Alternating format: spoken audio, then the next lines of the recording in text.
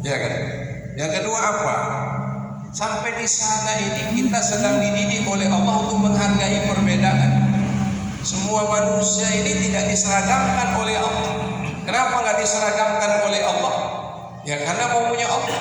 Walau syaa rabbuka laja'alan nasa ummatan wahidah. Kalau Allah mau, Allah bisa jadikan semua manusia ini beriman.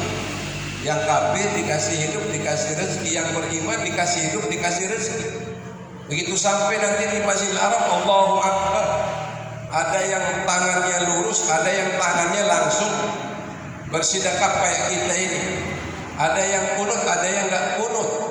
Allahu Akbar. Keberagaman itu sunatullah. Jadi ketika berbeda jangan musuhi orang lain. Beda gurunya, beda partainya, beda organisasinya, beda mazhabnya, beda alirannya, beda apa saja. Maka di Mekah sebenarnya sedang dididik oleh Allah untuk menghargai perbedaan. Karena yang paling mulia itu yang paling takwa. Takwa itu bukan ukurannya jubah. Kalau takwa ukurannya jubah, saya yang paling takwa. Kalau ukuran takwa itu jenggot, yang berjenggot yang paling takwa. Ya kan? Kalau ukuran takwa itu sorban, ya Pak Ustadz yang pakai sorban yang paling takwa. Inna akramakum indallahi atqakum. Yang paling mulia, yang paling takwa. Siapa yang paling takwa? Salah satu ciri takwa itu kata Allah, wal afina 'anil nas wallahu yuhibbul muhsinin. Memaafkan khilaf. Makna memaafkan hilaf tidak hanya memaafkan kesalahan orang lain, menghargai perbedaan ketika perbedaan itu bagian dari kehendak Allah. Kalau seragam bisa kita seragamkan, pakaian bisa seragam, tapi pikiran orang nggak bisa diseragamkan. Sebab itu pendidikan yang kedua didapat dari pelaksanaan ibadah haji, menjaga keberagaman. Jangan singgung orang, tak pernah sholat. Apa yang nggak pernah sholat lebih buruk daripada yang sholat? Belum tentu kan Pak? Alah ini mazhabnya mazhab gaduh-gaduh, semua diterima. Ya. Apakah yang gaduh-gaduh lebih tidak baik daripada yang tidak gaduh-gaduh? Ya kan, gaduh-gaduh enak kan? Tapi poin yang kedua adalah perbedaan sunnatullah. Jangan sampai perbedaan menyebabkan kita berkelahi, bermusuhan, dan tidak menghargai orang-orang lain dalam. Yang terakhir, yang ketiga, pesan moral dari pelaksanaan ibadah haji. Sesungguhnya tadi saya sampaikan, karena kita sedang menuju kematian. Habis dunia alam barzah. Alam barzah itu alam penantian, menunggu datangnya hari kiamat.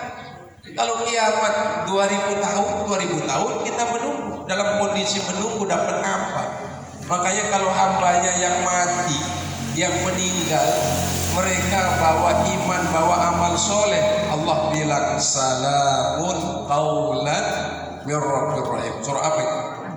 Surah apa itu? Surah apa itu? Surah Yasin. Saya walaupun sedang lapar masih ingat. Tapi kalau yang meninggal gak bawa iman, gak bawa amal soleh, apa kata Allah? Wamtazul yawma ayyuhal mujrimun. Celaka. Siapa yang celaka? Yang tidak beriman. Siapa yang celaka? Yang tidak beramal soleh. Siapa yang celaka? Yang tidak punya pahala. Siapa yang celaka? Yang menutup usianya hanya berlumuran dosa dan maksiat.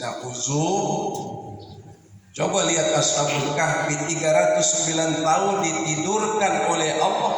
Bangun dari tidurnya, mereka bertanya satu sama lain, kam labistum, berapa lama kita tertidur? Ada yang jawab jawaban, perasaan 1 hari, padahal 309 tahun. Silakan buka surah Al-Kahfi. Ada yang menjawab, oh ba'da yaum, perasaan setengah hari. Kenapa? Karena dia dapat nikmat di alam barzah. Karena dia dalam pemeliharaan Allah. Semua kita akan mengalami hal yang sama. Bangkit dari dalam kubur dalam keadaan telanjang, mati telanjang, lahir telanjang, bangkit tidak bawa apa-apa. Yauma idzi yasdurun nasu ashtatan liyuraw a'malahum. Pada hari itu semua rekaman dan catatan amal diperlihatkan oleh Allah Subhanahu wa taala. Pada akhirnya apapun keistimewaan yang kita banggakan dalam hidup akan berakhir, akan hilang, akan binasa, akan hancur. Yang kekal hanya Allah, yang hidup hanya Allah. Selain Allah mati, hilang, binasa, dan tiada. maka ada satu ungkapan, nice to be mas